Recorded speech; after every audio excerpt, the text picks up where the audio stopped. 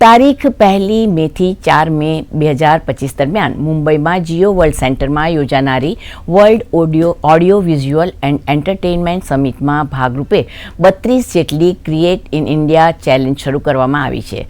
આ 32 પડકારોમાંથી એક એવી કોમિક ક્રિએટર ચેમ્પિયનશિપમાં બોરસદના કાવીઠા ગામના યુવા ચિત્રકાર તેજસભાઈ પટેલ સેમીફાઇનલ સુધી પહોંચ્યા હતા, જ્યારે ફાઇનલ સુધી પહોંચનાર 750થી વધુ ફાઇનલિસ્ટને વ્યક્તિગત પડકારો, તેમની પ્રતિભા અને કુશળતાના પરિણામ અને આઉટપુટને પ્રદર્શિત કરવાની અનન્ય તક મળશે.